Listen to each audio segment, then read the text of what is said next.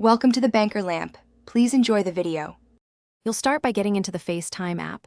Open it now from Dock or Spotlight. Once done, make sure you're signed into the Apple ID shown in System Settings so you can modify Facetime settings. You don't need to exit other apps, just bring Facetime forward. Check that your Mac is online and that you can access the Facetime menu bar. This initial setup ensures the toggles you'll change apply to the correct account and device. No extra steps, just the essentials to begin. Once inside Facetime Preferences, turn off the primary Facetime switch.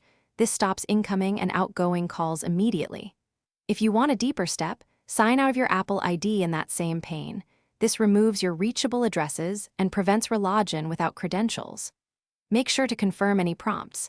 Sometimes Mac OS asks to keep or remove call forwarding.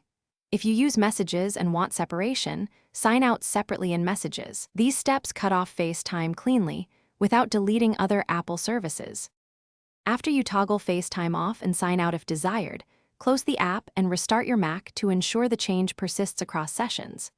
If it still rings, inspect System Settings under Notifications. Disable alerts for Facetime there. Make sure other devices aren't forwarding calls via iCloud by checking iPhone settings if needed. As a last resort, reset nvram/pram. This clears persistent hardware flags, but use it only when settings stubbornly persist. That should complete the